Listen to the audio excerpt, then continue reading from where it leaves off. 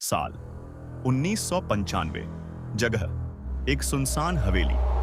अंधेरे की रात, एक ठंडी हवा चल रही थी और हवेली की खिड़कियों से आ रही आवाजें दिल दहला देने वाली थी। यह हवेली कई सालों से वीरान पड़ी थी, लेकिन आज रात कुछ अजीब हो रहा था। राधिका और अजय, दो युवा जोड़े ने अपनी दोस्ती को और मजबूत करने के लिए इस हवेली में रात बिताने का फैसला किया था। क्या तुमने सुना वो आवाजें? ऐसा लगता है जैसे कोई रो रहा हो। तुम्हें तो डर लगता है। ये हवेली पुरानी है और ये सब हवा के कारण होता है। लेकिन जैसे ही अजय ने यह कहा, अचानक एक जोरदार खड़कने की आवाज आई। राधिका घबराकर अजय के पास चली आई। अजय, मुझे नहीं लगता कि यह केवल हवा है। मुझे यहाँ कुछ गलत लग रहा है। अजय उसे शांत करने की कोशिश करता है। तुम चिंता मत करो, हम सब ठीक हैं।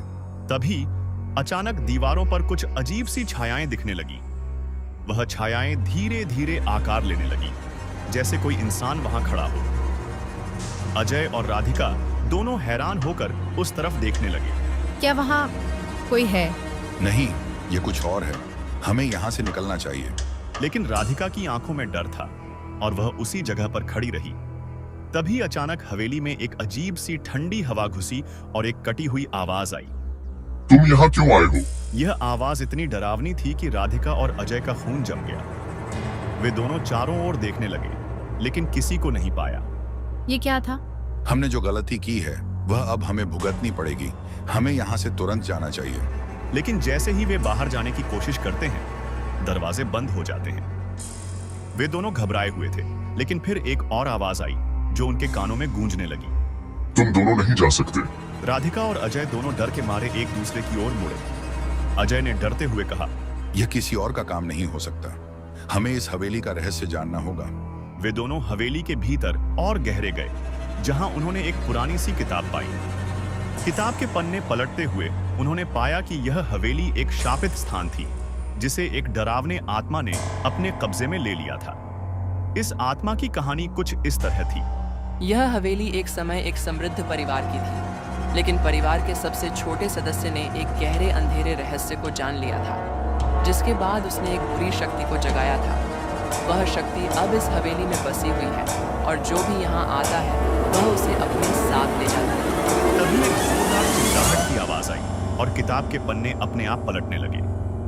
अजय और राधिका ने घबराते हुए एक दूसरे को देखा।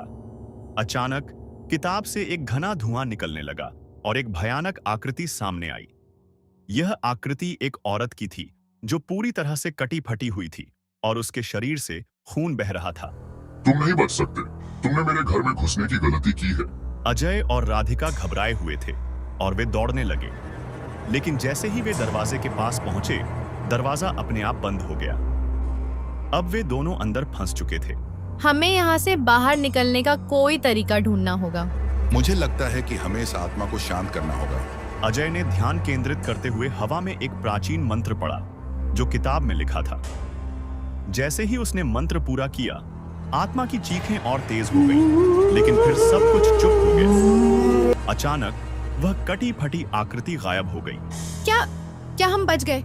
हवेली के दरवाजे अपने आप खुल गए और वे बाहर निकल आए। जब वे हवेली से बाहर निकले तो राधिका ने देखा कि हवेली अब पूरी तरह से शांत हो गई थी, जैसे कोई घटना कभी घटी ही ना हो।